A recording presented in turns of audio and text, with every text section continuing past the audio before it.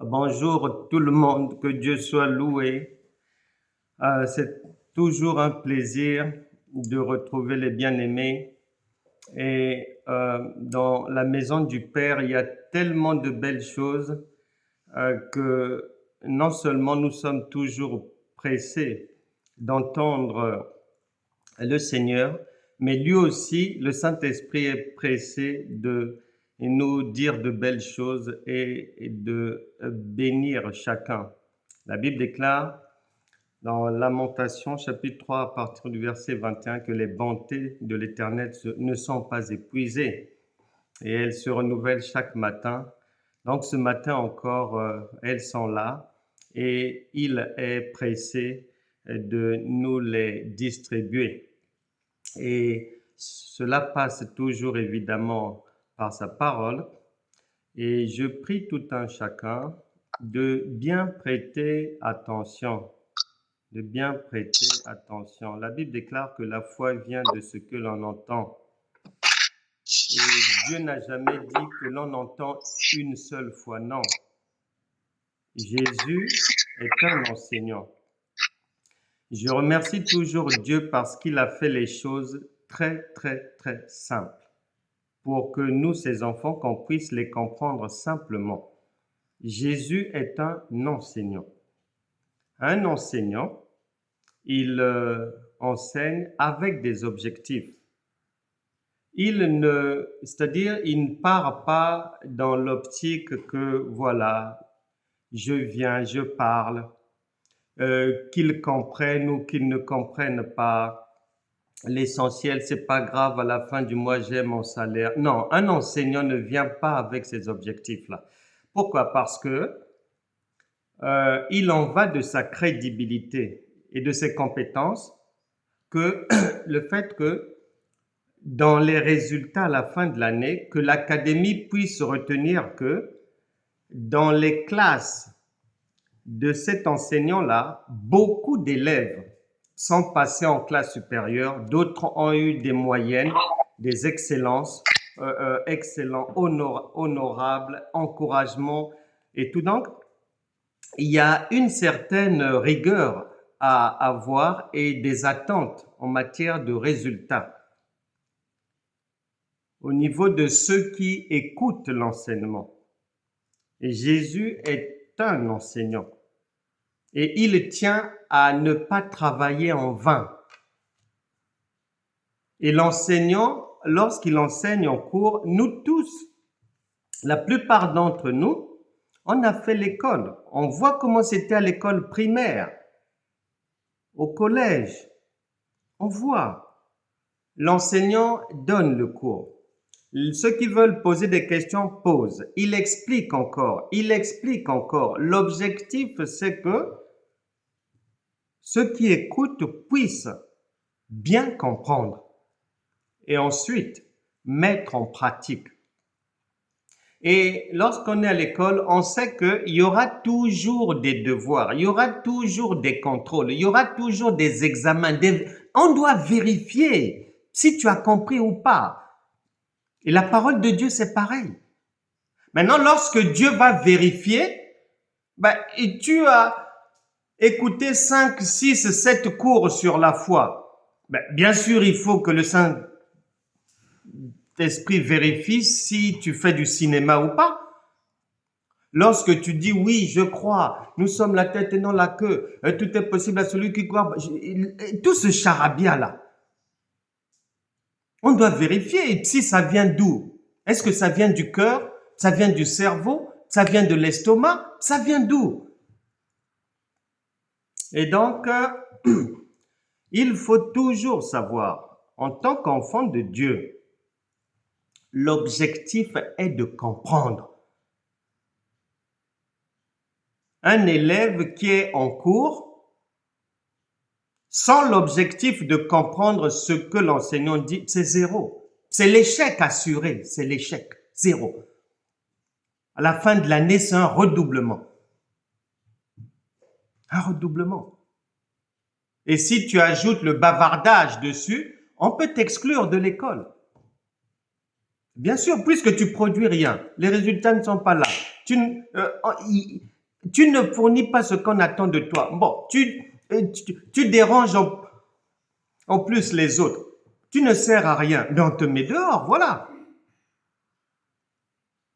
Donc, nous devons bien savoir pour éviter de venir perdre son temps, pour éviter de mener une vie chrétienne stérile.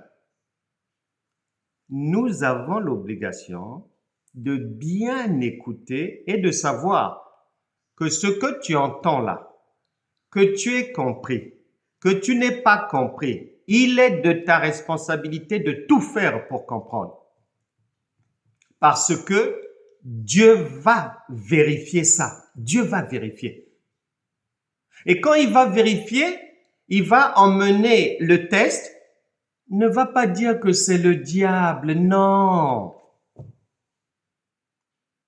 As-tu déjà entendu dans la Bible, tu as lu dans ta Bible, que Joseph, tout ce qui lui est arrivé, vendu en esclavage, réduit comme esclave, emprisonné, accusé de viol, condamné, beaucoup d'années de prison. As-tu déjà entendu Joseph accuser le diable? As-tu déjà entendu Joseph accuser les démons? Non. Mais il a réussi à tous les tests de Dieu jusqu'à aller accomplir sa destinée. Donc, les soucis que tu as, les problèmes par lesquels tu passes, n'accusent personne. N'accuse personne. Tu n'écoutes pas bien. Tu mélanges les choses. Tu ne comprends pas que c'est Dieu qui te teste. Tu lis sans comprendre. Joseph n'a accusé personne là-bas. Jamais. Jamais.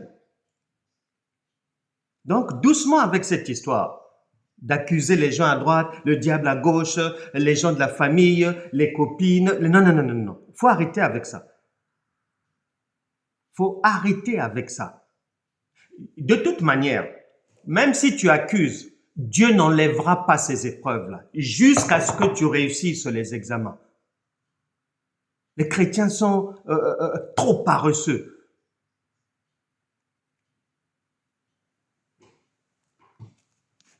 Ésaïe chapitre...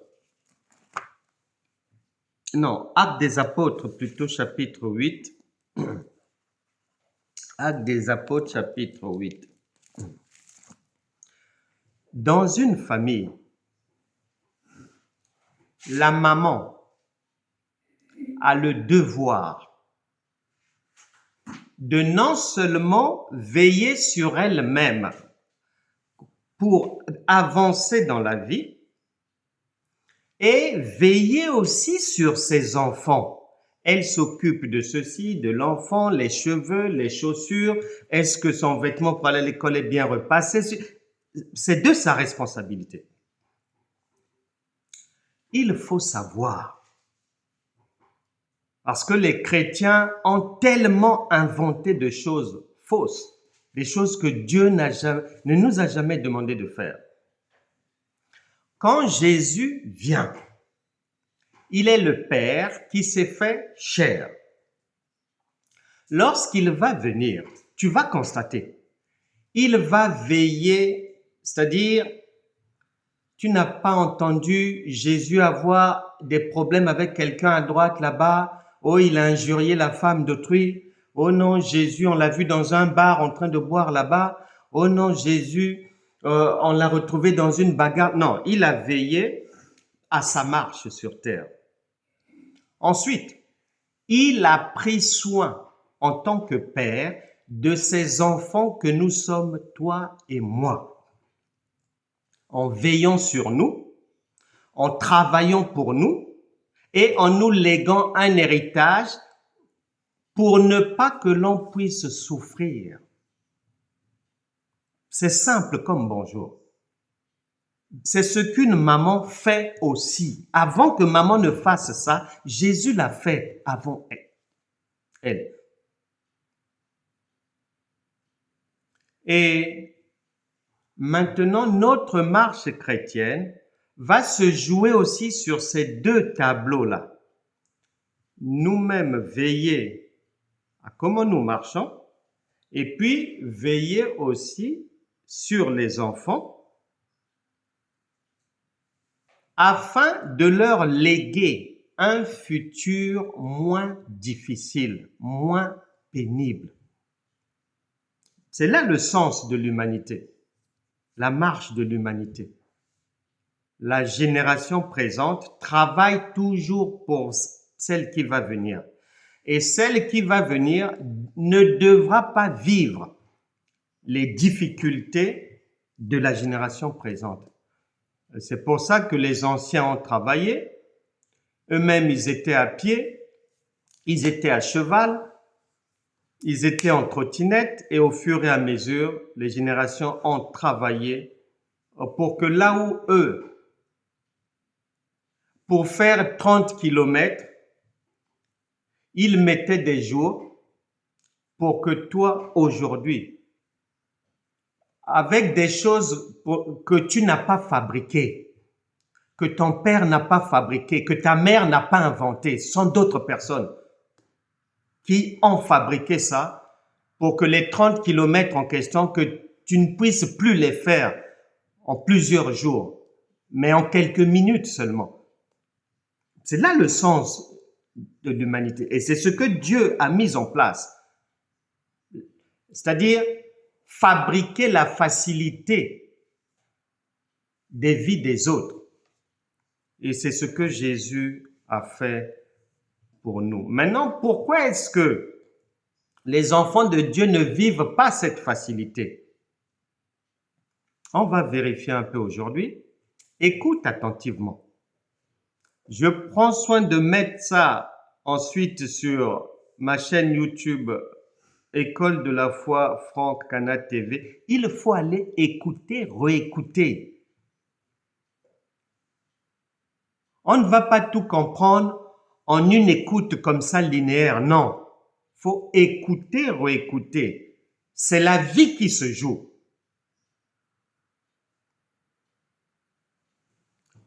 Actes des Apôtres, chapitre 8. L'évangéliste Philippe est envoyé par le Saint-Esprit pour aller évangéliser la Samarie. À un moment donné, le Seigneur l'envoie aller par l'Esprit de Dieu aller rencontrer l'eunuque éthiopien qui revenait de Jérusalem. Et il se retrouve et le prophète Philippe, l'évangéliste Philippe, trouve l'eunuque sur son char en train de lire un passage du prophète Ésaïe. N'oublie jamais que Dieu n'est pas le Dieu des morts, mais des vivants. Donc ça, si tu oublies ça même une seconde, tu es perdu. Et qu'il ne s'adresse jamais aux personnes décédées ni absentes. Tu peux lire ça, Matthieu chapitre 22, verset 32, Luc chapitre 20, verset 38. Donc, quand tu lis la parole de Dieu, Dieu s'adresse à toi-même. Philippe, tu ne le connais pas. Il n'est pas là. L'eunuque éthiopien, tu ne connais pas son adresse. Tu ne connais pas sa famille. Donc, Dieu ne peut pas te parler de lui. Il te parle de toi-même par son image. Et il te dit quoi? Il te dit, lorsque tu lis la parole là, Actes des Apôtres, chapitre 8, verset 30, Philippe a couru et entendu l'Éthiopien qui lisait le prophète Ésaïe. Il lui dit, comprends-tu ce que tu lis? Comprends-tu ce que tu lis? C'est la question que le Saint-Esprit pose à chacun. Parce que je vais te dire, ces écritures-là, même des pasteurs, des docteurs, apôtres, évangélistes, prophètes, prophétesses et compagnie, ne comprennent pas. Ils ne comprennent pas. L'autre jour, j'ai écouté une journaliste qui posait la question à un pasteur. La journaliste lui demandait, mais pasteur, comment allons-nous faire puisque tout ce que nous faisons ne marche pas? Mais nous continuons à aller dans les églises, à écouter la parole. Comment allons-nous faire puisque nous savons maintenant que les enseignements que les pasteurs nous donnent sont faux? Comment allons-nous faire? C'est là le problème. Mais dans cette histoire, chacun, pour Dieu, a la responsabilité de vérifier ce qu'il entend. Et lorsqu'il met en pratique, il faut qu'il y ait du résultat. S'il n'y a pas de résultat, il ne peut pas rester dans ces choses-là. S'il y reste, tant pis pour lui. Chacun est responsable de sa vie. Nous allons voir aujourd'hui, prends des notes, écoute bien, va réécouter.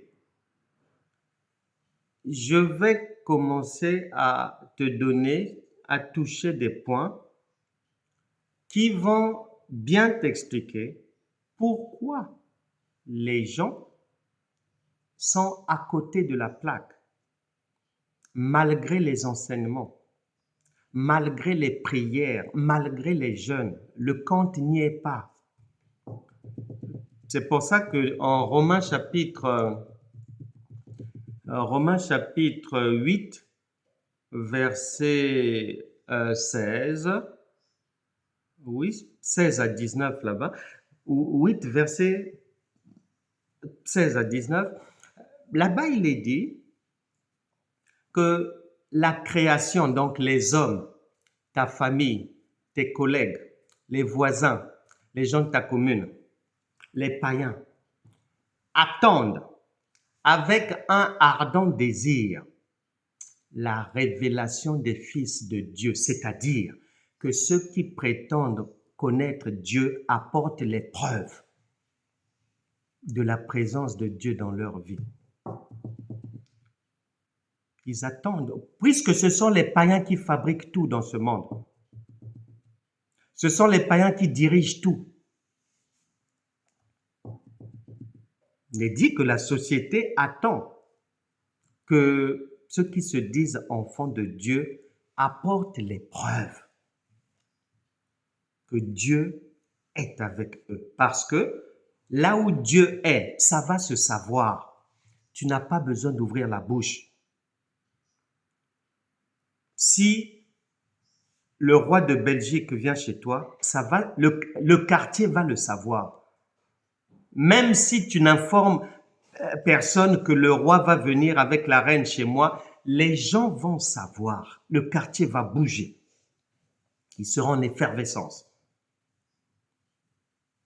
Si tu marches dans la rue avec le président Macron, les gens vont le savoir.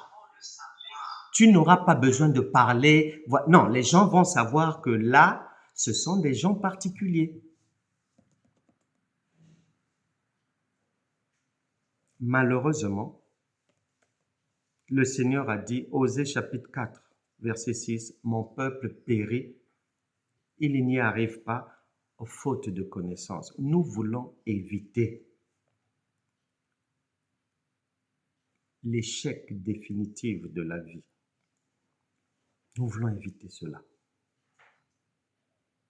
Nous allons aller vérifier dans les Écritures pourquoi ça ne marche pas.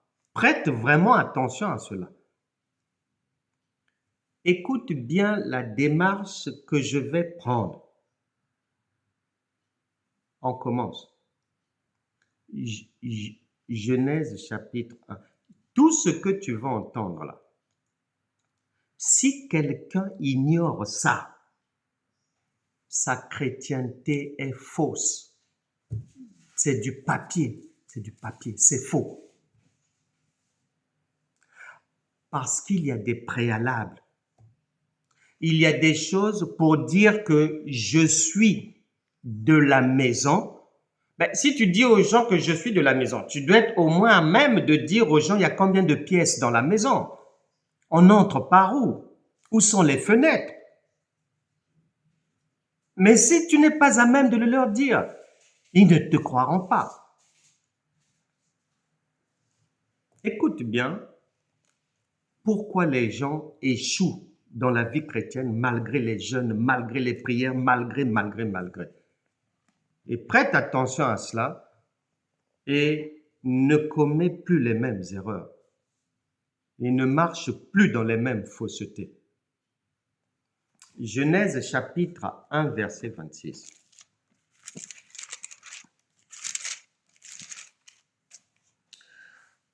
Nous sommes au commencement de la création.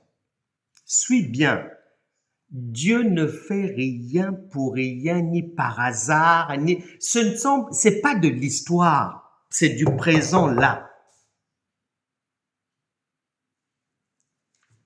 Genèse chapitre 1, verset 26. Puis Dieu dit, faisons l'homme à notre image, selon notre ressemblance, et qu'il domine sur les poissons de la mer, sur les oiseaux du ciel, sur le bétail, sur toute la terre et sur tous les reptiles qui rampent sur la terre. Donc les pleins pouvoirs. C'est Dieu qui dit, faisons l'homme à notre image. Le faisant d'ici là, il n'y a pas plusieurs personnes. Il y a Dieu lui-même. Mais, comme Dieu a plusieurs casquettes, c'est pour ça que c'est mis au pluriel. Maintenant, pour que tu comprennes ce que je suis en train de dire, je sors de la Bible, je ramène la parole que je suis en train de déclarer dans la société, je la fais chère, en te donnant l'exemple suivant. Dieu est une autorité. Un chef de l'État, il est président de la République. Il est chef des armées. Il est président du Conseil des ministres. C'est lui qui nomme. Il est le premier magistrat du pays, garant des lois, de la magistrature du pays. Tout ça là, c'est la même personne. Et souvent, quand il va écrire dans son courrier, le roi ou le président va employer l'expression « nous, Emmanuel Macron ». C'est-à-dire, tous les attributs qu'il a, il les met là, c'est lui. Plusieurs casquettes, mais la même personne. Et là, il met le « nous ». L'homme n'a rien inventé, c'est ce que Dieu fait. Et nous, nous faisons que suivre. Donc, l'idée de départ de Dieu, c'est de créer l'homme à son image. Donc, tu es créé à l'image de Dieu. C'est le premier obstacle que ton cerveau a. Est-ce qu'il croit à ça ou est-ce qu'il n'y croit pas? Parce que si tu n'y crois pas déjà là, je préfère te dire, tu perds ton temps dans la marche chrétienne. Parce que la Bible déclare, Habakkuk chapitre 2 verset 4, « « Le juste vivra par sa foi ». Donc, il y a cette première chose à savoir, que Dieu m'a créé comme lui, à son image. Et ce n'est pas pour rien. On continue. Matthieu chapitre 16. Le Seigneur Jésus vient d'arriver. Après quelques années, après 30 ans, il commence son ministère. Dans ce ministère-là, il va former une équipe pour que cette équipe-là puisse être enseignée. Il les enseigne pour qu'ils fassent la même chose que lui. Et il va dire quoi dans sa présentation? Matthieu chapitre 16, verset 13. Jésus, virgule, étant arrivé dans le territoire de Césarée de Philippe, virgule, demanda à ses disciples, qui dit-on que je suis, virgule, moi le Fils de l'homme? Tu sais qu'un fils est l'enfant de son père. Jésus vient confirmer Genèse chapitre 1, verset 26. Il dit, qui est-ce que je suis, moi, le Fils de l'homme? Donc, Dieu est un homme, puisqu'il avait dit qu'il nous fait à son image.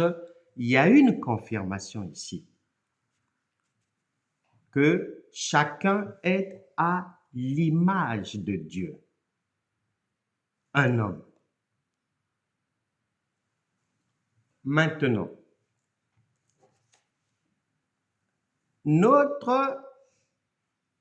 puisque le Seigneur Jésus va nous apporter, c'est-à-dire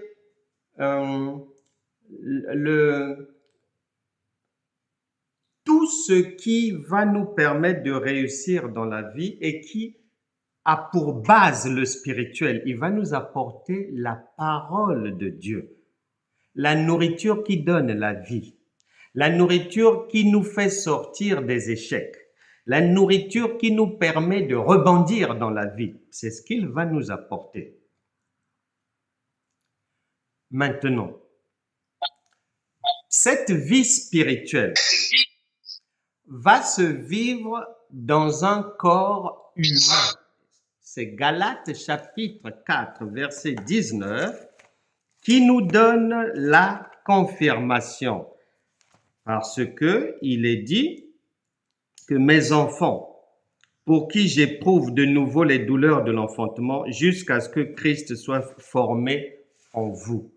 Les douleurs de l'enfantement. Donc, que ça soit la naissance physique, que ça soit la naissance spirituelle, les deux naissances se ressemblent, elles peuvent être bousculées. Raison pour laquelle, de la même manière, il y a des gens nés par césarienne, il y a des chrétiens venus de la césarienne. Leur naissance, c'est par césarienne. De la même manière qu'il y a des fausses couches, il y a des chrétiens spirituels, leur source, fausse couche spirituelle. Et les pasteurs aussi sont comme ça, beaucoup, les prophétesses. De la même manière qu'il y a des avortements, sache que dans le monde spirituel, il y a aussi des avortements spirituels. C'est-à-dire quelqu'un, il est pasteur, mais il ne sait pas que non seulement la connaissance qu'il a, mais ce qu'il enseigne là, il n'y a pas ça dans le royaume de Dieu. Jésus ne nous a pas emmené ça. Il est assis sur une fausse couche, un avortement, où d'autres sont mal formés, d'autres déformés. Et si quelqu'un veut avancer comme ça dans la vie spirituelle, mais ça ne marchera pas. Il faut qu'on te soigne. Il faut qu'on te soigne pour que la vie soit redressée. Et donc, notre vie spirituelle est à l'image, c'est-à-dire ces écritures viennent expliquer que c'est la même chose que la venue au monde, la nouvelle naissance spirituelle. Et le processus, le parcours à suivre est le même, c'est-à-dire tu dois aller du niveau de bébé. Si à la maternité, ton accouchement spirituel, il y a eu des problèmes, des faux enseignements, des baptêmes étranges, des choses qu'on a inventées. On t'avait peut-être mis du sel sur la tête. On t'avait peut-être donné quelque chose pour mettre sous le lit. Toutes ces choses-là. On t'avait peut-être donné des prophéties étranges dès les premiers jours de ta venue dans le Seigneur. Ce sont des choses à revoir, tout ça. Parce que l'enfant doit grandir d'une manière convenable. D'une manière convenable. Ce n'est pas pour rien. C'est pour que tu comprennes facilement que Dieu, il s'est fait homme et il a expliqué que ne te complique pas la vie. Si tu connais comment la vie d'un homme se passe, tu comprends dans le spirituel comment aussi ça va se passer. Obligatoirement. Un enfant, il a 5 ans, après il a 10 ans, après il a 17 ans, 20 ans, etc., etc. Toutes ces périodes-là correspondent à des changements. Changement d'alimentation, changement d'habitude. On est d'abord aidé. On est dans des jeûnes, dans des prières. On commence par là, puisqu'il faut demander. C'est un enfant qui demande, on demande, etc. Mais plus on va grandir dans le Seigneur, plus on doit arriver à Hébreux chapitre 5, versets 12 à 13. Vous qui, au contraire, devriez être devenus des maîtres, vous en êtes encore à boire du lait. Beaucoup de chrétiens sont dans le lait. Beaucoup. Et ça ne peut pas avancer. Et lorsque tu fais des prières et des jeûnes depuis des années, lorsque tu mènes soi-disant un combat spirituel depuis des années, c'est-à-dire 2 Thessaloniciens te dit que tu es dans l'égarement parce que la vie humaine et la vie spirituelle sont cycliques. Ces mouvements, ces changements, on grandit, on ajoute la connaissance et plus on connaît et il y a des choses qu'on ne fait plus. Ça devient plus simple. On les laisse pour les autres. Mais si tu fais les mêmes choses tous les jours, chaque année, si depuis des années, tu es un monstre spirituel. Parce que ça correspond à un enfant qui, depuis qu'il est né, il a 5 ans et il reste toujours à 5 ans. Mais c'est un monstre. C'est un monstre spirituel. Et si le Seigneur parle de l'homme, c'est parce que ça va nous permettre de facilement comprendre. Un homme, il grandit, il change d'alimentation, même son parler change, même ses pensées changent. La vie spirituelle, c'est pareil. Romains chapitre 10, on ne parle pas des païens, on parle des croyants. Écoute ce que le Saint-Esprit dit. Frères, le vœu de mon cœur et ma prière à Dieu pour eux, c'est qu'ils soient sauvés. Je leur rends le témoignage qu'ils ont du zèle pour Dieu, virgule, mais sans intelligence. Donc, ça ne peut pas marcher. Ils ne peuvent pas être sauvés. Ils font les mêmes choses. C'est toujours rebelote. Les mêmes prières, les mêmes jeûnes, les mêmes supplications, les mêmes veilles de prière, le même charabia, le même parler en langue. Romains dit, ces gens-là ne sont pas sauvés. Et il répond, parce qu'ils n'ont pas d'intelligence. Parce que l'être humain, l'homme, il avance par l'intelligence. Il y a des choses qu'il faisait avant. Après, il ne les fera plus. Parce qu'il aura appris d'autres choses. Et il va appliquer autre chose. Plus tard, il va laisser. Parce que tout ce que tu connaissais en classe de 6e, mais quand tu arrives en classe de première, ce ne sont pas les leçons de la 6e que tu vas aller appliquer là-bas. Il y a eu de nouvelles choses. Et c'est ce que tu dois appliquer. Et le drame chrétien, les gens font les mêmes choses, croient aux mêmes choses. C'est la constipation spirituelle. Ça ne peut pas marcher. C'est une impossibilité. Un exemple. Éphésiens chapitre 4, verset 28 dit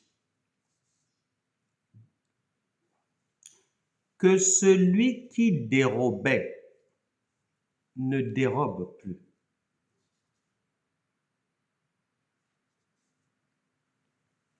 Tu peux trouver des gens. Il avait ce problème-là de malhonnêteté, il prend des choses au boulot, il ne remet pas, ou il soutire ceci dans la caisse du travail ou de ceci, cela. Il jongle comme ça, même à la maison. Oui, c'est vrai. C'est ce que la parole de Dieu dit. Mais s'il devient enfant de Dieu,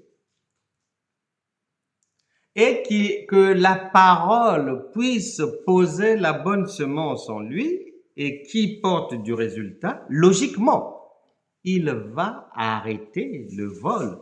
Ce qui veut dire que lui ne sera plus concerné par cette parole. Mais la parole va rester là pour d'autres personnes, plus pour lui. Pour d'autres, lui, il a avancé. Il n'est plus concerné par cette parole. Mais d'autres personnes sont concernées par ça. La marche avec Dieu, c'est comme ça, on avance. On ne reste pas dans le tout, non. Il y a des choses pour aujourd'hui, il y aura des paroles pour demain, il y aura d'autres paroles à mettre en application après-demain. C'est saisonnier. La Bible déclare, 1 Corinthiens chapitre 6 verset 18. La Bible déclare, fuyez l'impudicité. Oui, mais tout le monde n'est pas concerné par cette parole, tout le monde n'est pas impudique. Mais non. Mais cette parole ne me concerne pas. Elle va concerner d'autres personnes, elle doit rester là. Parce que d'autres personnes ont encore ce problème. Mais toi, si tu n'es pas concerné par ça, tu n'es pas concerné par ça. Et c'est comme ça. Et si tu es concerné par ça, si tu en as conscience, tu demandes l'aide du Saint-Esprit, le Saint-Esprit va t'aider et après quelques mois, tu seras délivré, tu sors de là.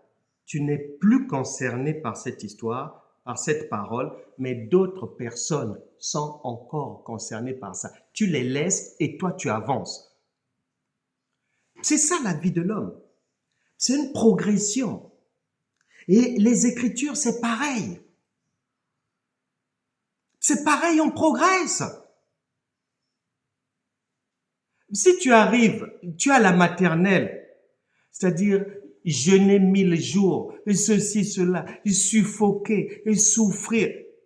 Mais tu ne vas pas grandir, puisque un enfant, quand il grandit, il n'a plus besoin de quelqu'un pour aller prendre de l'eau, pour s'habiller, pour se vêtir. Il n'a plus besoin de maman, il fait tout seul. Il est souverain. Maintenant, quand tu fais partie de la maison, si tu es un enfant de la maison, tu as grandi, mais tu te sers. Tu ne demandes plus à maman, tu te sers. C'est ce que Dieu nous explique dans les Écritures. La même vie que toi tu as là, en tant qu'homme, c'est la même vie dans le spirituel. C'est pareil. Si tu ne connais pas ces choses que je suis en train de t'expliquer par la grâce de Dieu, tu étais hors sujet. Tu n'étais pas des nôtres. Parce que les gens de la maison connaissent bien la maison. Ils connaissent comment ça fonctionne. Mais quand quelqu'un prétend être de la maison et que la vérification va venir démontrer que les réponses qu'il donne, ce qu'il fait, met en lumière qui n'est pas des nôtres, mais la vie ne va pas marcher. Malgré les jeûnes, malgré les prières, ça ne marchera pas, non. Non, non, pas du tout. Actes des apôtres, chapitre 18. Actes des apôtres, chapitre 18. Actes des apôtres, chapitre 18, à partir du verset 23. Je lis. Lorsqu'il eut passé quelque temps à Antioche, Paul se mit en route et parcourut successivement la Galatie et la Phrygie, fortifiant tous les disciples. Un juif nommé Apollos, originaire d'Alexandrie, homme éloquent et versé dans les Écritures, vint à Éphèse. Il était instruit dans la voie du Seigneur et fervent d'esprit. Il annonçait et enseignait avec exactitude ce qui concerne Jésus. Faut bien entendre, hein? Un enseignant, il enseigne Jésus. Ici, il est dit avec exactitude. Écoute maintenant. Ce qui concerne Jésus, bien qu'il ne connût que le baptême de Jean, point. Il se mit à parler librement dans la synagogue, point. Aquilas et Priscille, l'ayant entendu, le prirent avec eux et lui exposèrent plus précisément la voix de Dieu. C'est un enseignant. Il enseigne. Mais Aquilas et Priscille, quand ils se sont assis, ils l'ont écouté. Ils se sont rendus compte, non. Ils pensent être dans l'exactitude. Il n'est pas d'une manière précise dans l'exactitude. Beaucoup de pasteurs sont comme ça. Beaucoup d'enseignements sont comme ça. Ce sont des choses non. Dieu est précis. Un enfant, sa courbe de croissance, il y a des choses qu'il devra manger. Il y a des choses qu'il ne devra pas faire. Il y a des choses, sinon il va finir à l'hôpital. Sinon il va se casser une jambe.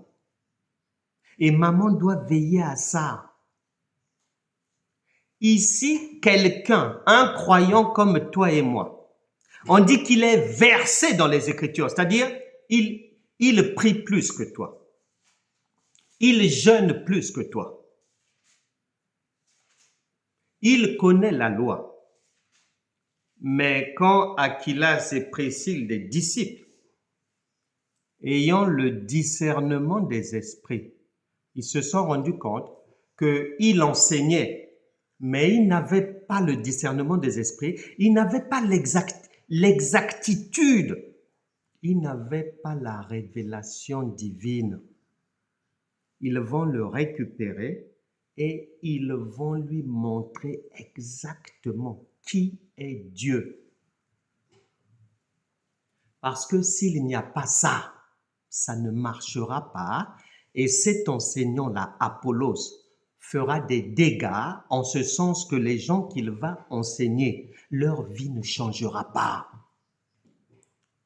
il n'y aura pas de résultat. Ils l'ont récupéré et ils lui ont montré ce que Jésus a montré à ses disciples aussi. Matthieu chapitre 13.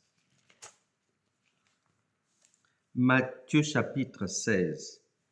Nous sommes passés au verset 13. Nous continuons. Verset 14. Ils répondirent, les uns disent que tu es Jean-Baptiste, les autres Élie, les autres Jérémie ou l'un des prophètes. Et vous, leur dit-il, qui dites-vous que je suis? Ce sont des gens qu'il a formés pendant 3 ans. Eux tous, ils ont été formés, oralement formés. Ils ont pris des notes. Ils ont suivi les mêmes enseignements.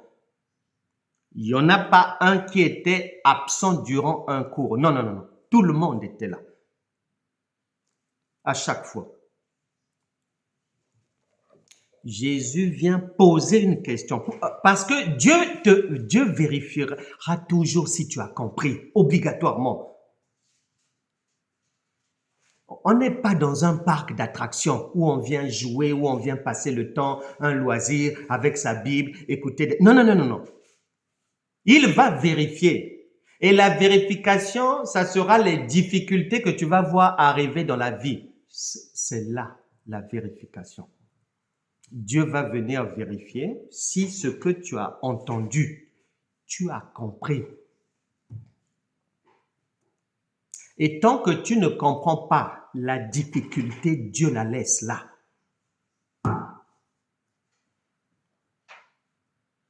Dieu la laisse là. Il ne bougera pas.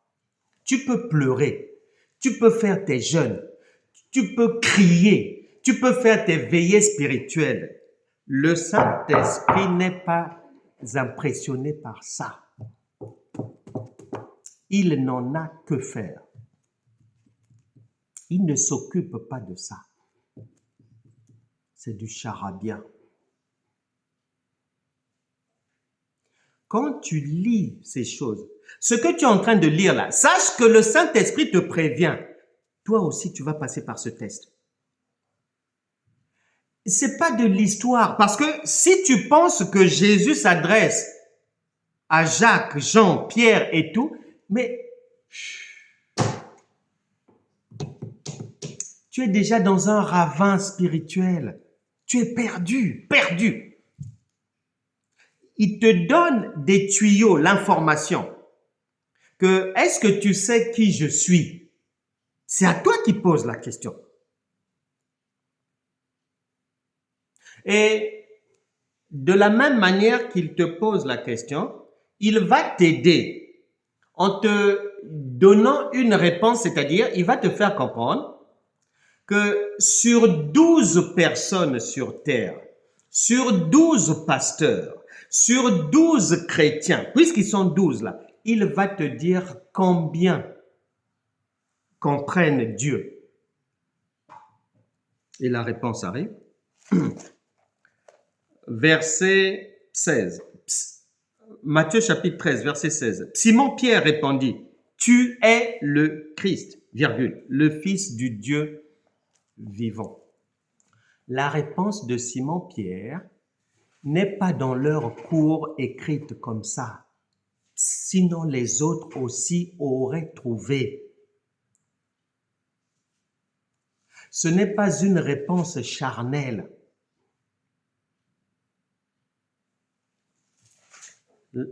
Et Jésus dit, Jésus reprenant la parole lui dit, « Tu es heureux, Simon, fils de Jonas, car ce ne sont pas la chair et le sang, ce n'est pas un homme qui t'ont révélé cela. » Il faut la révélation. Qui t'ont révélé cela. Ce n'est pas un homme, mais c'est mon Père qui est dans les cieux. Par là, le Seigneur Jésus te fait comprendre. Même si tu lis, comme le Saint-Esprit a posé la question à l'eunuque éthiopien en Actes des Apôtres chapitre 8 verset 30, comprends-tu ce que tu lis?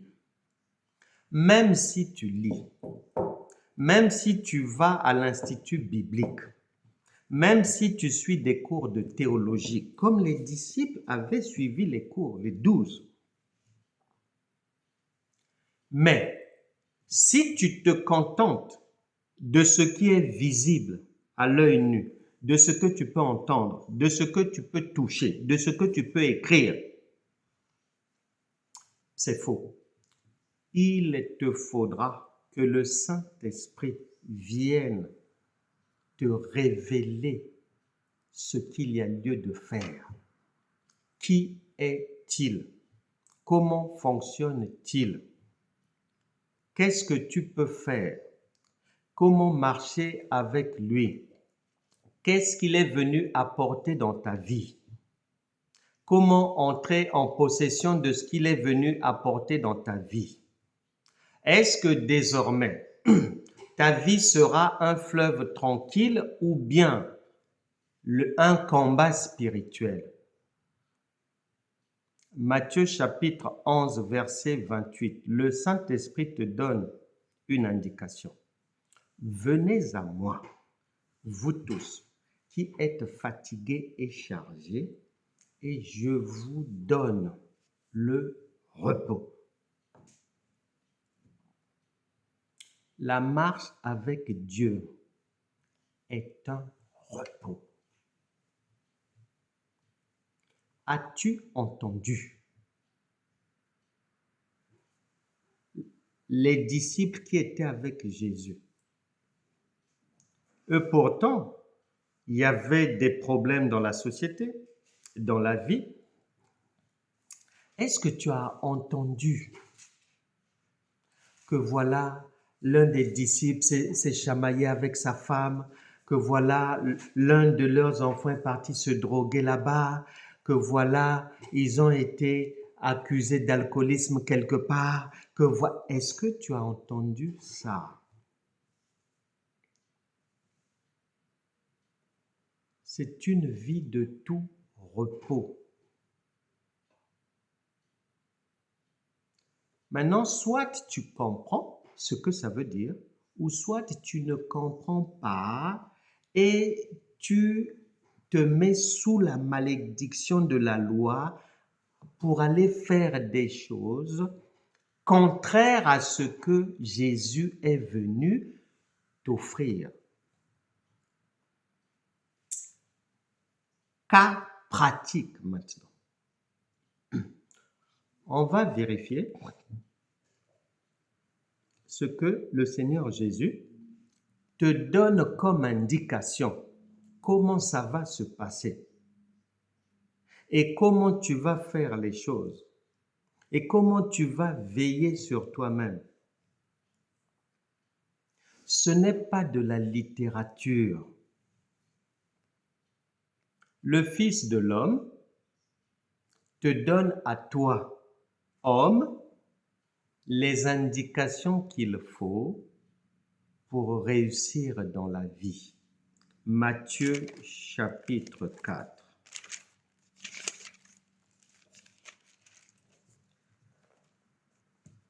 Verset 1. Alors Jésus fut emmené par l'Esprit dans le désert pour être tenté par le diable. Dieu n'est pas le Dieu des morts ni des vivants, il s'adresse à toi-même. Tu vas être aussi tenté. N'oublie jamais. Job chapitre 1. Tu liras quand tu arriveras dans le quartier du verset 7 là-bas. Dieu faisait une réunion. Le diable passait dans la rue. Il lui dit, viens. Tu reviens d'où? Il explique. Il lui dit, bon, est-ce que tu aurais vu mon fils Job là-bas? Oui. Job d'aujourd'hui, c'est toi-même. Est-ce que tu as vu ma fille Brigitte là-bas? Oui. Elle est comment? Non, je l'ai trouvée, bon, ça va, hein, ça va, elle est en bonne santé, elle prospère, ceci, cela, mais bon, c'est parce que tu la protèges. Dieu dit, oh, écoute, je t'envoie vérifier un peu son état d'esprit, si elle m'aime réellement, ou si c'est par intérêt, si elle a vraiment la foi, si elle sait que je suis avec elle 24 heures sur 24, si elle sait que j'ai dit que je ne t'abandonnerai pas, je ne te délaisserai pas, Josué chapitre 1, verset 5, va vérifier un peu là-bas. Le diable est un instrument de vérification.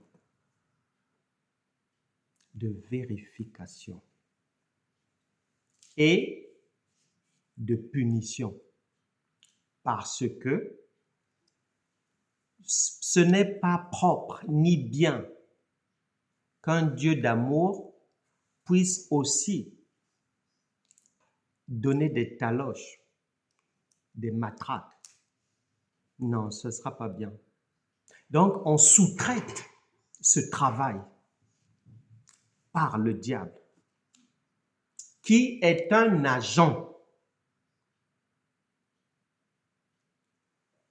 missionné par Dieu pour des tâches de vérification dans les vies individuelles des gens. Vérification et punition. Le diable est une gendarmerie, voilà. C'est une gendarmerie créée par Dieu, une gendarmerie. Eh oui. C'est comme dans un pays, il y a la loi, il y a la police, il y a la gendarmerie pour rechercher ceux qui sortent du chemin de la loi et pour les punir. Maintenant, tu peux dire, je connais peut-être quelqu'un qui peut parler de moi au chef de l'État pour qu'on m'enlève mes amendes. Le chef de l'État va dire, oh, mais moi je n'y suis pour rien. La loi dit ne brûle pas le feu rouge. Toi, votre monsieur, votre dame est partie brûler le feu rouge. Qu'est-ce que j'ai à voir là-dedans? Elle est tombée sous le coup de la loi. J'ai rien à voir là-dedans. Mais, en réalité, on lui pose le problème parce qu'il a le pouvoir d'enlever les amendes sur ta vie, d'enlever les punitions, et si tu es en prison, de te libérer. Il a tout ce pouvoir-là. Mais il ne va pas agir forcément. Il va se cacher derrière la loi. La personne a violé la loi. Elle subit les conséquences de la violation de la loi. Voilà. Bien qu'il ait le pouvoir de te sortir de là, mais il peut se cacher derrière la loi. C'est ce que Dieu... L'homme n'a rien inventé. C'est ça la parole. Et Satan, le diable, est missionné par Dieu pour aller faire des vérifications dans la vie de Job. Job n'est plus là. C'est maintenant toi aujourd'hui. Lorsque le problème arrive, c'est une vérification.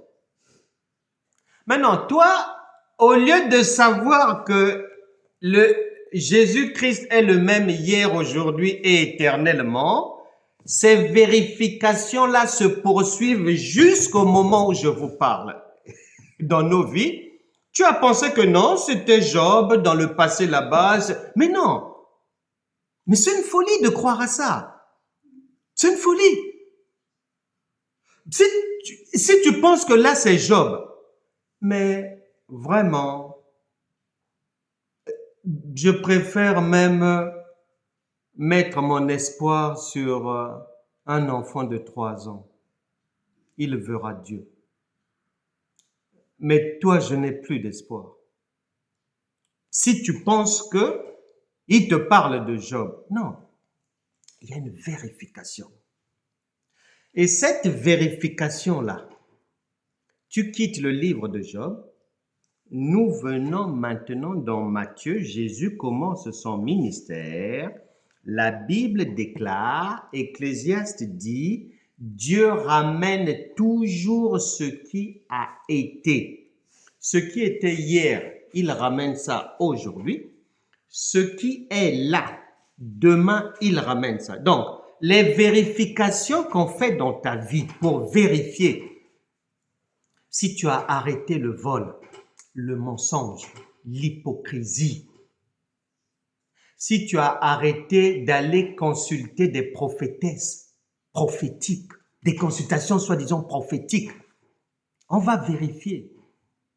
Est-ce que tu es encore dans ces choses? Tu bois quoi? Est-ce que c'est toujours l'alcool?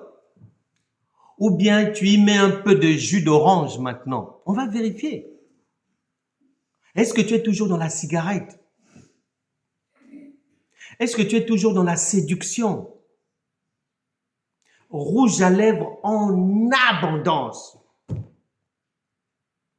Est-ce que tu es toujours là-bas? On va vérifier. Bon, on envoie les huissiers et on va voir comment elle va réagir. Est-ce qu'elle va se conformer à la parole de Dieu et croire que Dieu a dit « je ne te délaisserai pas, je ne t'abandonnerai pas ». On fabrique des difficultés financières dans la vie, on envoie les huissiers et on regarde. La réaction, c'est comment? Est-ce qu'elle est en train de pleurer? Est-ce qu'elle a oublié que je suis avec elle, moi, le Saint-Esprit, 24 heures sur 24? Est-ce qu'elle a oublié que je suis venu pour lui donner la vie abondante? Est-ce qu'elle a oublié que le repos de Dieu, c'est même dans les tempêtes? Est-ce qu'elle a oublié? Et on observe. Et parfois, le royaume de Dieu se rend compte que on va consulter un marabout, on appelle à droite, on panique, il y a la peur sur le cœur, on prie, mais en fait, les prières, c'est pour masquer la peur. On rentre vite dans un... J'ai rigolé. Je parlais avec une dame avec beaucoup de difficultés et elle me disait que lorsque les difficultés se sont encore un moment accumulées, elle a fait tout un programme de prière, de jeûne et prière maintenant de 3 heures à minuit. Chaque nuit, elle se lève, elle prie de 3 heures à minuit. Elle pensait qu'en faisant ça, les difficultés vont partir. Elle s'est rendue compte. Ça s'est multiplié. Je lui ai dit, ma sœur, arrêtez ça. La multiplication, c'est un langage de Dieu pour vous faire comprendre. Arrêtez ça, vous perdez votre temps. On ne résout pas ces problèmes-là comme ça.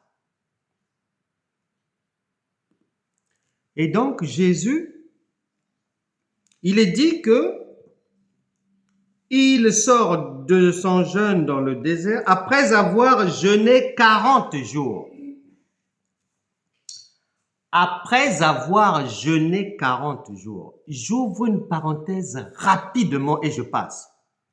Écoute-moi bien. En général, un enfant, il prend pour modèle son père et sa mère. Maintenant, il y a des choses pour qu'il les fasse, il faudra que maman lui ait dit de faire. Il faudra que papa lui ait dit de faire. Même s'il voit sa mère faire, même s'il voit son père faire, tant que maman ne lui a pas dit de faire ça, il ne le fait pas. Ce n'est pas parce que tu viens lire ici que Jésus a jeûné 40 jours que cela veut dire qu'il te demande aussi de jeûner 40 jours. Non! Dans cette Bible, c'est écrit là, il y a des crimes, il y a l'inceste, il y a ceci, cela. Est-ce que Dieu t'a demandé de faire ça? Non! Ce n'est pas parce que tu lis quelque chose, il y a ce que maman va te dire de faire. Et il y a ce que maman fera, mais elle ne te dira pas de le faire parce que elle le fait pour ton futur, pour ton bien, pour que tu ne souffres pas. Si tu n'as jamais entendu Jésus devant la difficulté d'une personne, dire à la personne, jeûne 40 jours, jeûne 21 jours, ma sœur, ne le fais pas. Tu te mets sous une malédiction. Ne le fais pas. Je t'explique rapidement, je te résume. Pourquoi Jésus jeûne 40 jours? Parce que chez les Juifs, dans leur coutume, dans leur tradition, à l'époque, un chef, un leader religieux devait passer par ce rituel-là. C'est pour ça que Moïse, pour affirmer son pouvoir et son leadership, Dieu l'a fait passer par là parce que dans leur coutume, c'était ça. Plus tard, Élie aussi, pour faire asseoir son leadership, Dieu l'a fait passer par là. Mais nulle part, tu as lu que Moïse a dit à quelqu'un, jeûne 40 jours. Tu n'as jamais lu Élie dire à quelqu'un, jeûne 40 jours. Quand Jésus arrive, lui aussi c'est un leader spirituel. Il arrive, il trouve que la culture, les coutumes, les habitudes, il faut passer par là. Il est porteur d'un leadership futur. Il se conforme, il se plie à la coutume. C'est comme toi, tu veux aller dans un pays, leur apprendre des trucs ou bien quoi, tu vas te conformer à leurs coutumes, à leurs habitudes, à leur mode de vie. Tu viens d'Angleterre, tu arrives en France. Chez toi là-bas, on roule à gauche. En France, on ne roule pas à gauche, c'est à droite. Si tu tentes de le faire, tu risques de finir en prison. C'est l'un des drames de la chrétienté. Faire des choses que Dieu n'a pas demandé de faire. Raison pour laquelle, une fois que Moïse a fait ce rituel, une fois qu'Élie a fait ce rituel, une fois que Jésus a fait ce rituel, tu n'as pas lu encore quelque part là où ils ont refait ça. Non! C'était simplement la porte d'entrée dans leur coutume, c'est ça. Dieu ne t'a pas demandé d'aller faire ça. Là-dedans, il y a le roi David. Il a pris la femme d'autrui, Bathsheba. Pourtant, David marchait avec Dieu. Tu peux dire, oui, je vais aussi être un David et imiter le roi David. Oui, tu veux être grand comme le roi David, c'est bien.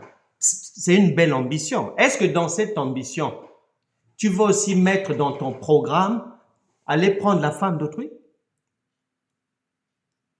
Mais pourtant, c'est relaté là. Tu ne le feras pas, pourquoi?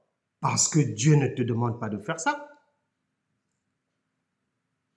C'est pour ça que non seulement Jésus a dit, il y aura des faux apôtres, des faux docteurs, des gens ignorants, il y aura des gens qui vont conduire le peuple à la perdition. La Bible déclare que bon nombre vont tomber dans l'égarement. Bon nombre vont être égarés parce qu'ils vont croire aux mensonges. 2 Thessaloniciens. 2 Thessaloniciens.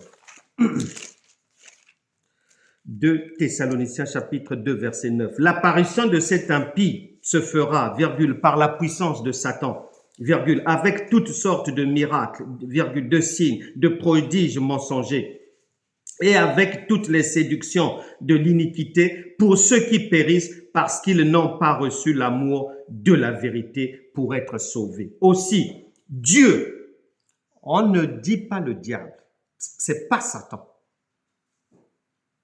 Il n'y a aucun démon ici, là. Dieu leur envoie une puissance d'égarement pour qu'ils croient au mensonge.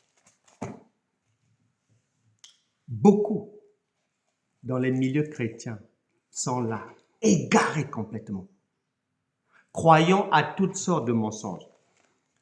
L'apparition de ces choses se fait par la puissance de Satan. N'oublie pas, c'est Dieu qui l'envoie pour aller vérifier. Quiconque n'a pas bien compris ne discerne pas. Parce que Aquilas et Priscille, quand ils ont écouté le pasteur Apollos, ils se sont rendus compte que non, ce pasteur-là, non. Mais quand tu lis ça, Dieu te parle à toi.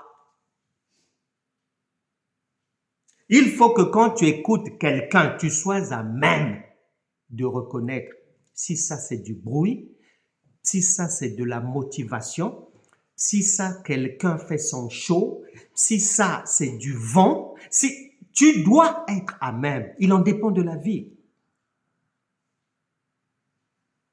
Parce que ces choses, il est dit, sont écrites pour vous servir d'instruction. Aquilas et Priscille ne sont plus là.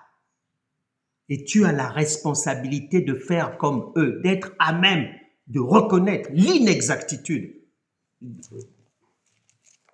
des choses que tu entends. C'est de ta responsabilité. Devant Dieu, Romain dit que chacun rendra compte de ses propres œuvres. Tu ne pourras pas accuser oh non le pasteur, accuser oh la prophétesse m'avait menti, ou accuser on avait mal prophétisé sur... Non. C'est à toi-même, si tu es de la maison de Dieu, d'avoir le discernement pour reconnaître ce qui est vrai, ce qui est faux, ce qui est falsifié, ce qui est photocopie, ce qui est frelaté, ce qui est bidon, ce qui est poubelle et ce qui est haut de gamme. Il est dit, après avoir jeûné 40 jours, j'ai expliqué les 40 jours, j'explique maintenant le jeûne rapidement. La Bible déclare, est-ce que tu comprends ce que tu lis? Ça veut dire, si tu prends jeûne dans la langue française, si tu fais ce que les autres font, ce qu'on t'a appris, sans vérifier, et si tu comprends ça dans le français et que tu penses que Dieu est français, tu es dans l'égarement total. Parce que le jeûne dont il s'agit ici, ça n'a rien à voir avec le manger et le boire parce que Dieu ne se contredit jamais. Il a déjà dit que le royaume de Dieu, ce n'est pas le manger et le boire. On s'en fout. C'est écrit noir sur blanc.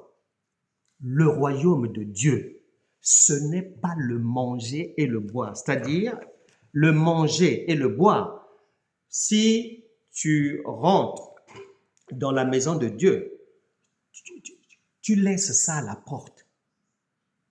On est dans le surnaturel, dans le spirituel. Ces choses-là, c'est pour les terriens. C'est terrestre. Je vais maintenant te montrer ce que Dieu, lui, il appelle par jeûne. Ce n'est pas votre jeûne là. Oh oui, le jeûne d'Esther. Mais Esther était sous la loi. Daniel, c'était la loi. Les Moïse, les Élie, c'était la loi. Si tu tentes de faire comme eux, Galate te dit, tu es maudit. Tu te mets sous une malédiction de la loi. Ésaïe chapitre 58. Ouvre bien tes oreilles. Ésaïe chapitre 58, verset 6. Voici le jeûne auquel je prends plaisir. C'est l'Éternel qui parle. Écoute le jeûne de Dieu. C'est pas ton jeûne de 40 jours, de 21 jours, de 12 jours, de ci, cela, parler comme une folle, un fou. Dieu n'est pas là-bas. Voici le jeûne auquel je prends plaisir. 2 points. Détache les chaînes de la méchanceté, virgule. Dénoue les liens de la servitude, virgule. Renvoie libre les opprimés, virgule. Et que l'on rompe toute espèce de joug. Partage ton pain avec celui qui a faim, virgule. Et fais entrer dans ta maison les malheureux sans asile, point virgule. Si tu vois un homme nu, virgule, couvre-le, virgule, et ne te détourne pas de ton semblable. Alors, ta lumière poindra comme l'aurore, et ta guérison germera promptement, c'est-à-dire sur le champ, sur le champ. C'est pas après 7 jours de jeûne, c'est pas après 21 jours de neuvaine, je sais pas quoi, non! Ta justice marchera devant toi et la gloire de l'Éternel t'accompagnera.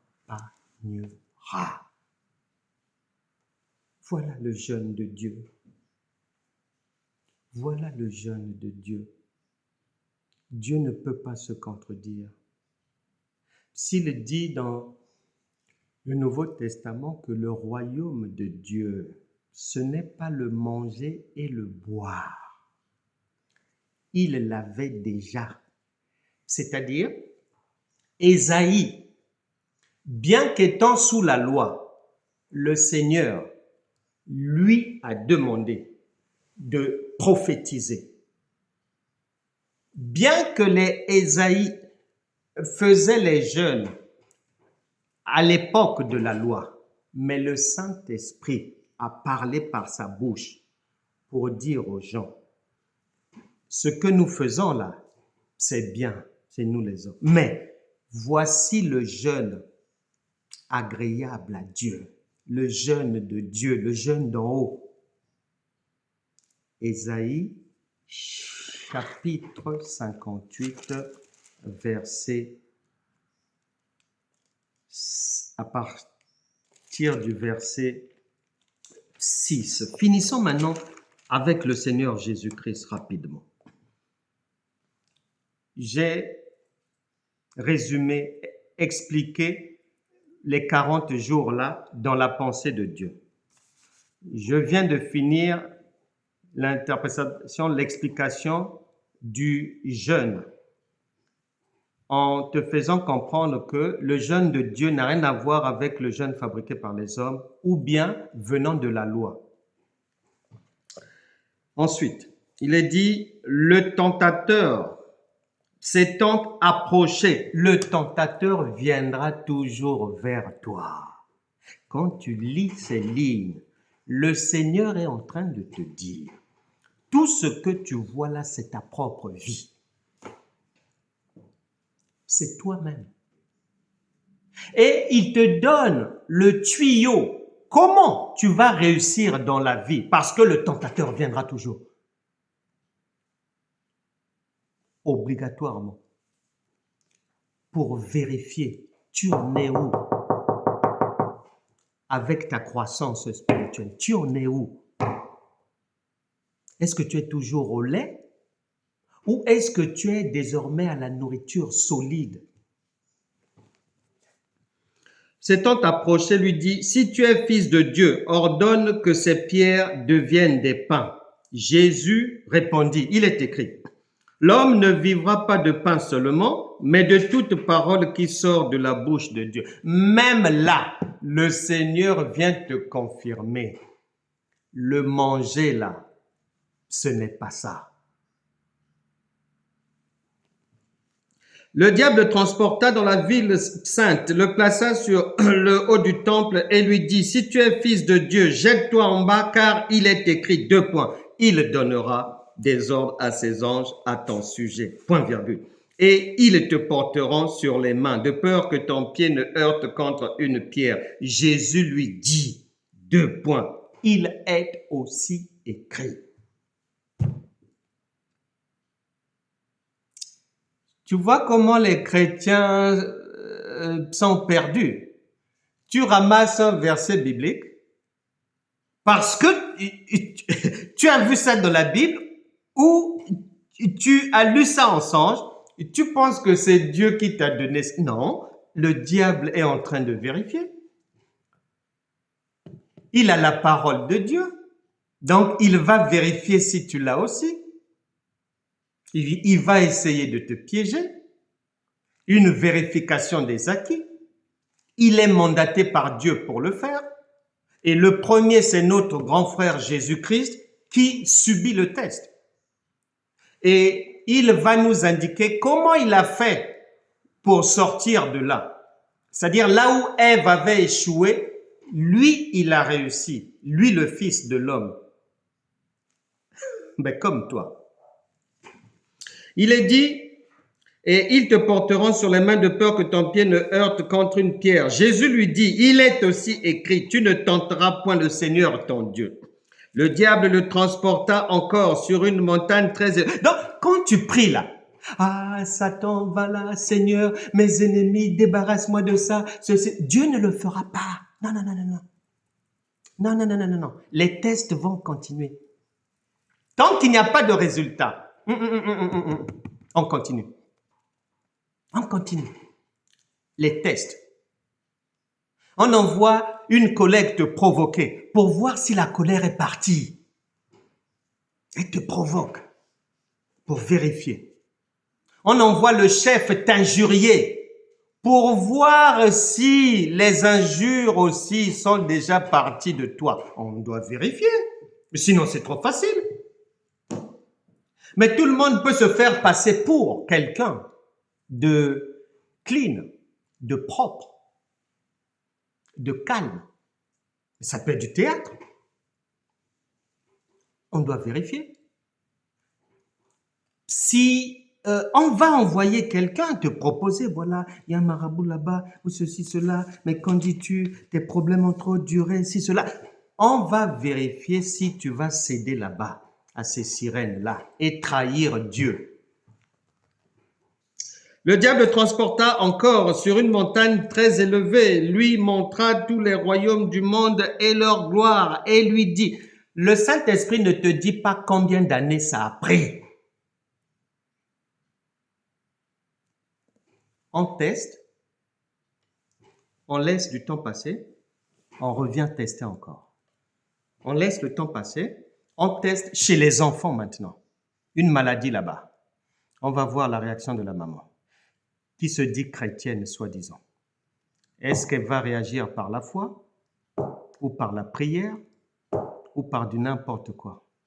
Alors que la parole de Dieu déclare, Hébreux chapitre 11, verset 6, « Sans la foi, nul ne peut recevoir le secours de Dieu. » Donc, on va attendre. Quelle méthode va-t-elle appliquer?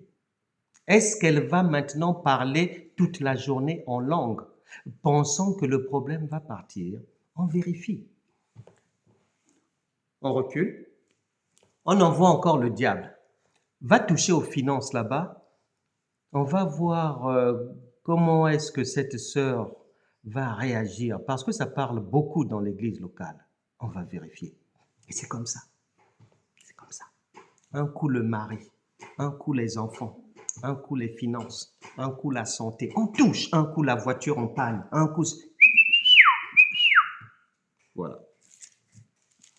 Verset 9. Et lui dit, je te donnerai toutes ces choses si tu te prosternes et m'adores. Jésus lui dit, retire-toi, Satan, car il est écrit, tu adoreras le Seigneur, ton Dieu, et tu le serviras lui seul. Regarde maintenant, quelqu'un qui réussit souvent aux tests, aux examens, qui passe en classe supérieure de la foi. Écoute, verset 11. Alors le diable le laissa, et voici, des anges vinrent auprès de Jésus et le servaient. Quand tu réussis au test, le diable, nous le récupérons, on le rappelle, on lui dit c'est bon, elle a réussi les tests depuis 15 ans, maintenant ça va, au début elle pataugeait, mais elle a fini par comprendre c'est quoi la foi. Tu la laisses maintenant, va maintenant, tu laisses Brigitte, va maintenant chez Bernadette là-bas, occupe-toi maintenant de Bernadette, fais les vérifications là-bas, tu laisses Brigitte. Et une fois que tu réussis les tests, ce sont les anges qui te servent maintenant. Alors, je te pose la question, as-tu lu ici un combat spirituel? As-tu lu ici que Dieu t'a dit qu'il y a une guerre? Non, c'est une histoire de connaissance là. Parole contre parole. Le diable donne un verset, Jésus-Christ bloque par un autre verset. Le diable propose un verset biblique, Jésus-Christ se détourne du piège par un autre verset biblique. C'est pour ça dans Luc chapitre 5, tu liras du verset 1, quand tu arrives au verset 6 là-bas, Pierre, qui avait échoué avec ses amis dans leur activité, malgré tous les efforts, lorsque le Seigneur Jésus a apparu dans leur vie, il dira, sur ta parole, je vais jeter le filet en eau profonde. Et tu connais la suite. Il y a eu la pêche miraculeuse. Tout se passe toujours jusqu'aujourd'hui. C'est sur la parole.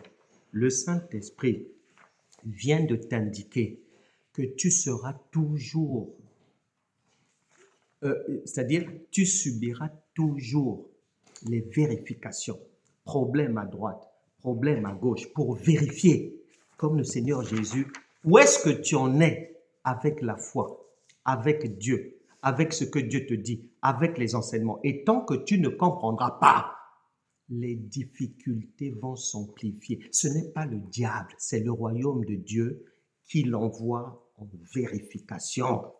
Jusqu'aujourd'hui, au moment où je te parle, la Bible déclare, Jésus-Christ est le même hier, aujourd'hui et éternellement.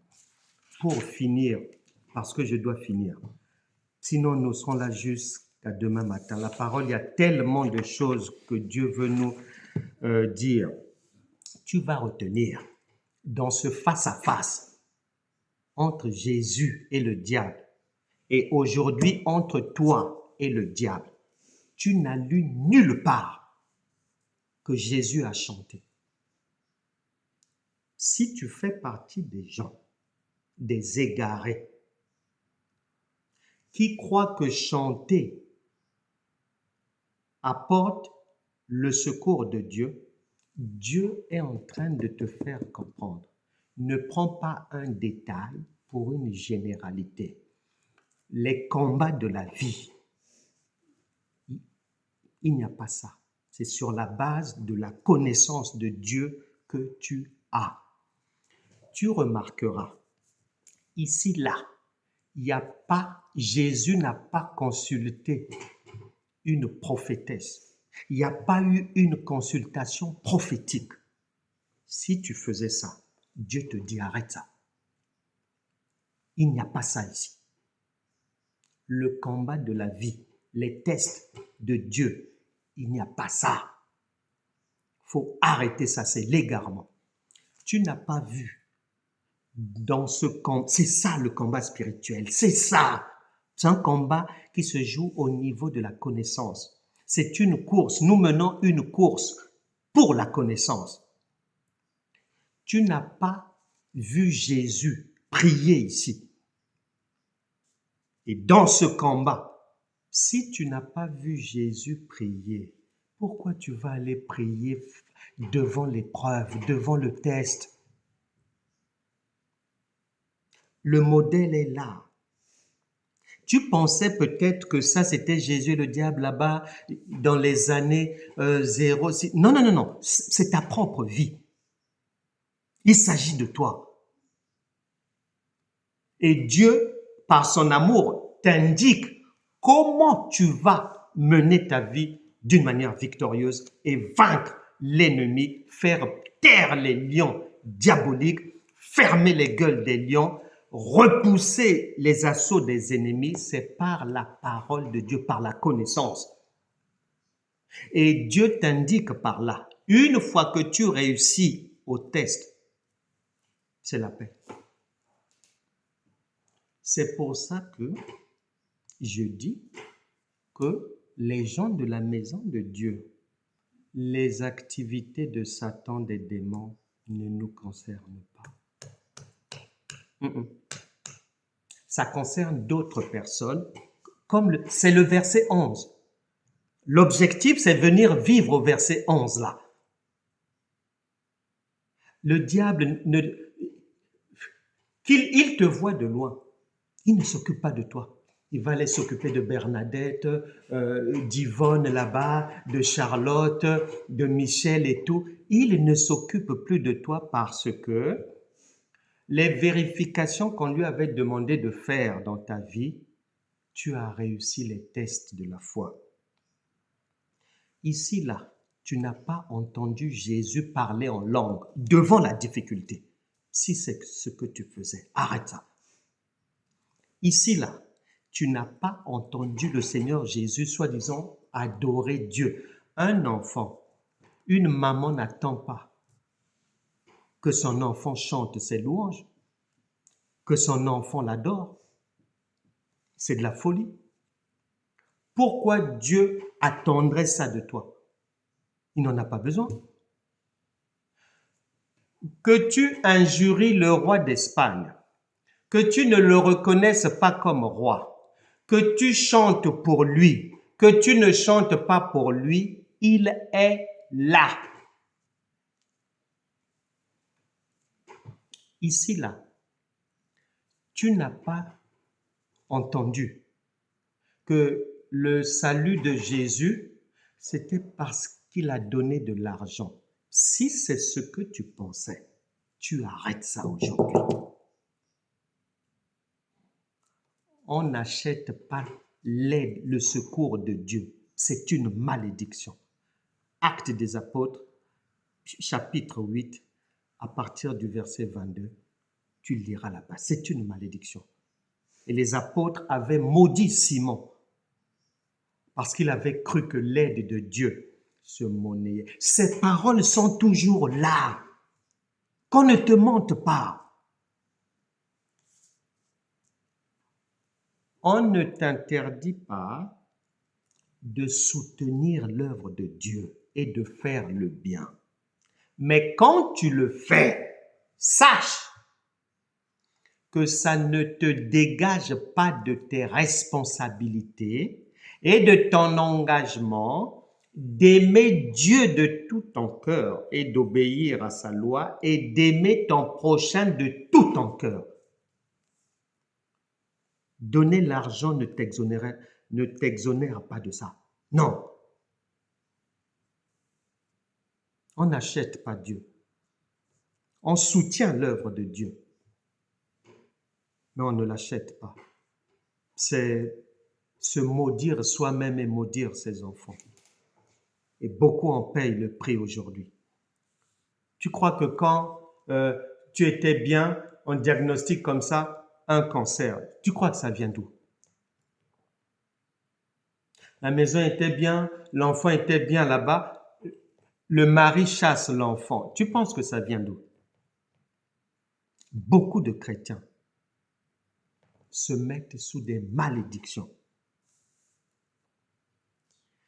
Tu n'as pas entendu ici que Jésus a réussi les tests avec l'ignorance. Non, c'est par la connaissance. Mon peuple périt faute de connaissance. C'est par la connaissance. Tu n'as pas entendu que Jésus a pleuré face aux difficultés. Si tu faisais ça, arrête.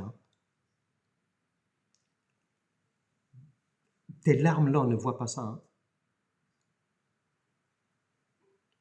Tout ce que tu n'as pas vu Jésus faire face aux plus grandes épreuves de la vie, là où la vie doit réussir, si tu ne l'as pas vu faire ça, ne le fais pas. Il a dit, le juste vivra par sa foi. La foi, c'est la connaissance qu'on a de ce que Dieu est, de ce qu'il dit. C'est comme un enfant de la maison. Il connaît bien les habitudes de maman. Il connaît bien les habitudes de papa. On ne peut pas le tromper dessus. Même si tu le vois dans la rue là-bas et qu'il est peut-être 23 heures et le téléphone sonne, quelqu'un lui demande « mais ta mère est où là ?» Et que si la personne dit « mais on vient de voir ta mère là-bas dans tel quartier », il dira non. Ma mère n'entre jamais après 21 heures. Non, ça peut pas être elle. Donc l'enfant connaît sa mère. Nous, en tant qu'enfants de Dieu, nous sommes dans l'obligation, c'est de notre responsabilité de connaître la parole de Dieu parce que tout passe par là. Et Dieu a veillé, dès que tu arrives aux évangiles, après la naissance de Jésus, généalogie, d'abord si cela, naissance de Jésus, immédiatement, il vient t'expliquer comment ta vie va se passer. Matthieu chapitre 4, versets 1 à 11. Que Dieu vous bénisse. Je pense qu'à partir de maintenant, tu as bien compris. S'il y a lieu, il faut écouter et réécouter encore le message. Ce que tu n'as pas vu Dieu faire, ni te demander de faire, ce que tu ne fais pas quand ta mère ne t'a pas dit de faire, ne le fais pas. N'oublie jamais, il y a des parents, il est militaire, mais il ne veut jamais. Il a dit aucun de ses enfants ne va faire ce métier. N'oublie jamais, il y a des parents, il est chef de l'État, mais il a interdit à ses enfants de faire la politique. Et pourtant lui-même, il a fait ça. La Bible déclare, mon peuple périt faute de connaissance. Le Seigneur a simplifié les choses. Lui qui nous a créés à son image comme homme, lui qui s'est fait homme, qui est venu, si tu observes la vie des hommes sur terre, ça va te permettre de facilement comprendre Dieu et de ne pas faire ce que Dieu ne te demande pas de faire, ni ce que tu n'as pas vu Dieu faire, et de te conformer uniquement au modèle de Jésus-Christ qui est venu pour t'apporter le repos. Prions le Seigneur. Seigneur, merci que chacun parle au Seigneur des moments actuels de sa vie, des difficultés. Le Seigneur est là. Il a dit, il ne t'abandonnera jamais, il ne te délaissera jamais. Seigneur, nous te demandons pardon pour notre ignorance, pour notre égarement, pour s'être mis sous des malédictions de la loi, pour avoir fait des choses que tu ne nous as jamais demandé de faire, pour avoir suivi des faussetés, des hérésies. Seigneur, nous savons que toi, quand tu es venu, tu n'as pas suivi ce que les pharisiens faisaient. Tu n'as pas suivi ce que les sadducéens faisaient.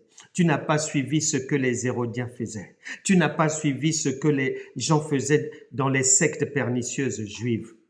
Mais tu as suivi uniquement la voie d'en haut, la voie de Dieu. Seigneur, pardonne-nous d'avoir suivi n'importe qui, d'avoir fait n'importe quoi, d'avoir tout mélangé, on pensait que ça se passait comme ça parce que c'est ce que on nous avait dit de faire. Pardonne-nous tous nos péchés. Nous venons de comprendre, Seigneur, que c'est aussi simple que la vie d'un être humain. Merci Saint-Esprit pour ta lumière, pour ton éclairage, au nom puissant de Jésus. Que la lumière de ce matin brise toujours dans la vie d'une personne. Que la lumière de Dieu brise les chaînes au nom puissant de Jésus. Que le Saint-Esprit sorte chacun de l'ignorance, des sentiers battus de la vie chrétienne et du tourner en rond, des limitations, d'une vie faite de problèmes à répétition. Alors que le Seigneur Jésus a montré le chemin, après avoir réussi les tests de la foi, il fut libre et les anges se sont mis à le servir. Que les anges de Dieu se mettent maintenant au service de tout un chacun. La Bible déclare d'ailleurs que les anges de Dieu sont au service de ceux qui héritent le salut. Recevez la grâce divine, recevez la paix, la joie, que la parole de Dieu devienne maintenant réelle, effective dans votre vie, une vie sans larmes, une vie sans douleur, une vie sans maladie, une vie sans souffrance, une vie sans ténèbres, une vie sortie de l'ignorance, au nom puissant de Jésus. Une vie débarrassée des jeunes stériles, n'ayant aucun sens, aucune valeur aux yeux du Seigneur, si ce n'est les jeunes des enfants qui sont encore au lait et qui doivent d'abord passer par là et grandir ensuite. Seigneur, merci pour les délivrances, merci pour les guérisons, que toute personne malade ici, que les maladies partent au nom de Jésus, qu'elles soient guéries, délivrées, libérées des démons, libérées des attaques en tout genre, que les anges de Dieu signent les documents que chacun attend maintenant au nom puissant de Jésus. Amen.